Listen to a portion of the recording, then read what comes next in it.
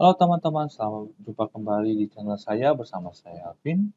Pada video kali ini kita akan membahas tentang cara melakukan instalasi Windows Server pada Proxmox ya teman-teman. Oke, teman-teman kita masuk dulu ke server Proxmox kita, kemudian pertama kita klik dulu di pool ya, masuk ke data center, kita klik pool. Jadi pool ini fungsinya untuk membuat kayak kategori grup lah ya. Jadi kita pengen bikin pool sendiri-sendiri untuk ya misalkan Windows, pool Windows, Red Hat untuk pool Red Hat, dan kontainer untuk pool kontainer teman-teman. Dan saya akan membaginya menjadi beberapa, terus menjadi pool other untuk VM-VM lainnya gitu. Jadi tujuannya sebenarnya biar rapi aja sih kalau menggunakan pool ya teman-temannya. Oke, kita create dulu di menu pool, kita create ya pool-poolnya gitu. Jadi saya akan buat jadi 4 atau 5 pool, itu pool Windows, pool Red Hat, pool container, saya kasih nama pool CT, kemudian saya ganti juga pool other buat yang instalasi lainnya, misalkan seperti OS-OS yang kayak Ubuntu kita masukkan ke other. Kemudian kita akan membuat juga VM, jadi kita create VM-nya dulu ya, untuk AD dulu, jadi kita akan masukkan ke dalam pool Windows gitu teman-teman, kemudian kita next. Nah, sebagai catatan buat teman-teman, kalau Windows ini agak sedikit unik kalau dalam Proxmox, kita harus set menjadi versionnya kita define, kemudian setelah itu kita di sistem itu kita nggak bisa menggunakan virtualisasi, tapi kita harus cek juga ya. Jadi kita set dulu, kita tentuin lokasi LVM yang mau kita taruh gitu ya. Itu kita next. Biasanya kita setup jadi WiFi karena dia nggak bisa kebaca kalau bukan WiFi, oke, untuk Windows.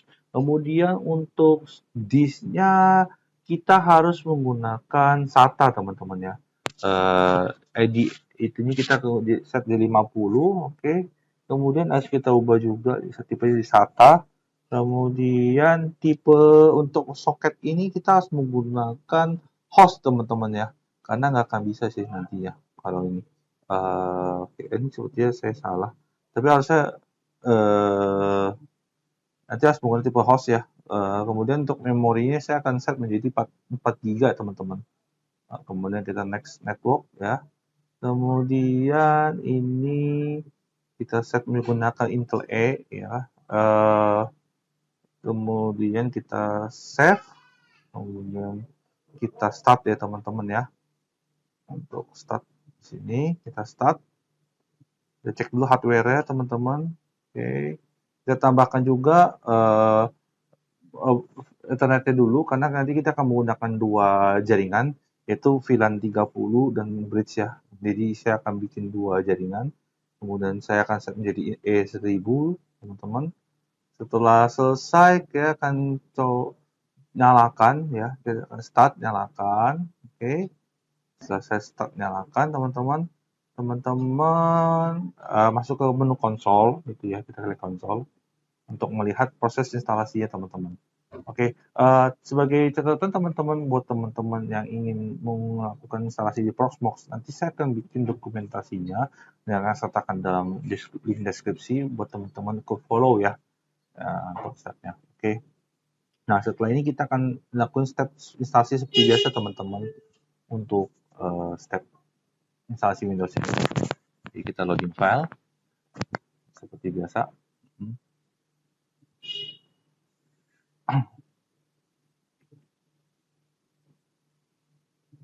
Oke, setelah masuk teman-teman kita akan install seperti biasa, kita milih advance nanti. Kita klik next, kita pilih language-nya, ya kan? Kita next, kemudian kita klik install now.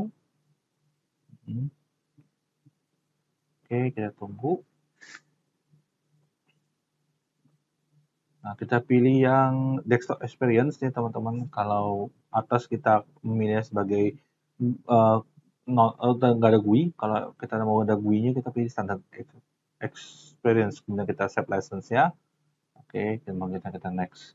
Kalau kita mau data center tuh fungsinya untuk kayak instalasi VM gitu, buat Hyper-V. Tapi kalau kita nggak pakai Hyper-V, kita pakai standar aja. Kemudian kita pilih di partitionnya kita bikin, kemudian kita tunggu sampai selesai ya teman-teman ya. Proses instalasinya selesai. Oke. Oke, setelah selesai kita restart, kita akan masukin password untuk login Windows seperti biasa. Oke. Kita masukin Windows, finalize setting. Oke. Kita tunggu sampai startnya ya. Oke, kita tunggu boot L. Oke. Kemudian setelah selesai, kita akan coba login untuk Windows-nya. Jangan lupa teman-teman, nanti kita akan ganti namanya, nama hostname-nya menjadi AD19 ya. Jadi kita akan masuk terlebih dahulu. Kemudian kita akan masuk ke, kita ganti dulu jamnya. Kita pilih. Ya. Oke. Kita set dulu IP-nya juga ya. Di sini kita mau disable IP versi 6, kemudian versi 4 yang kita set menjadi 10.10.20.254.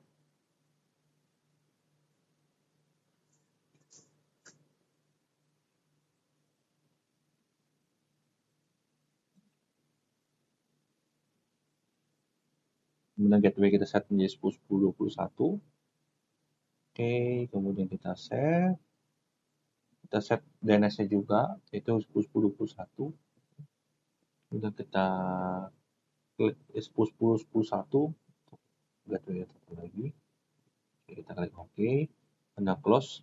Nah, kemudian kita set IP satu lagi untuk network satu lagi menjadi 10.10.30.254. Tapi kali ini kita nggak akan set DNS ya, karena sebenarnya kan DNS. Kita set 10.30.254.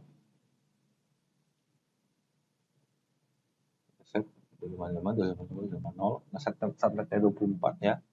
Set gateway-nya menjadi 10.10.30.1. Tapi kita mendingan kita skip aja nggak apa-apa. Karena nanti takutnya bentrok ya gateway-nya ya. Jadi kita disable aja. Oke, setelah itu step berikutnya kita akan tes ping ya ke gateway kita, apakah sudah bisa. Tuh. Ya, kita tes ke 31. Oh, ternyata bisa ya. Jadi VLAN-nya jalan nih, yang 30-nya jalan. Kita bikin. Oke.